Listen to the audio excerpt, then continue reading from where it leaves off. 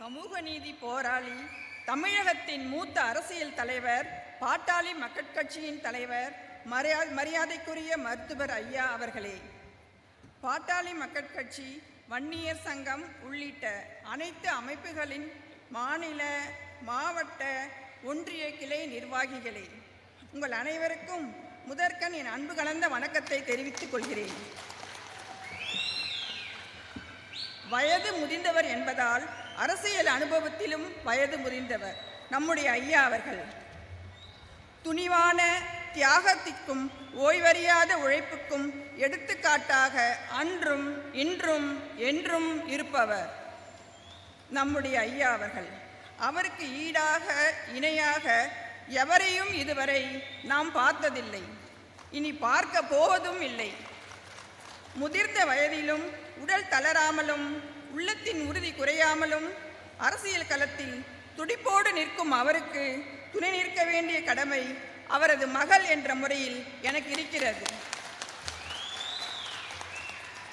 அன்னையும் பிதாவும் முன்னறி தெய்வம் என்போம். எனவேதான் மகளாக மட்டுமின்றி அதைவிட ஒரு படி மேலாக முன்னணி தொண்டராகவும் இருக்க வேண்டுமென்று இங்கே வந்திருக்கின்றேன். ஐயா அவர்களின் அனைத்து முயற்சிகளுக்கும் உடனின்று ஒன்றிணைத்து லட்சோப லட்சம் தொண்டர்களில் ஒரு தொண்டராக இருந்து சிறப்பாக செயல்பட நான் விரும்புகிறேன். நம்முடைய ஐயா அவர்களின் தலைமையிலும் வழிகாட்டுதலிலும் பாட்டாளி மக்கள் கட்சி முன் எப்போதையும் விட பேராற்றலோடும் வலிமையோடும் போராடும் சக்தியாக இன்றைக்கு மாறியிருக்கிறது. இதன் காரணமாக சாதிவாரி கணக்கெடுப்பை நடத்திடவும் அனைவருக்குமான சமூக நீதியை நிலைநாட்டவும் மத்திய மாநில அரசுகளுக்கு கூடுதல் அழுத்தம் கொடுக்க நம்மால் தான் முடியும்.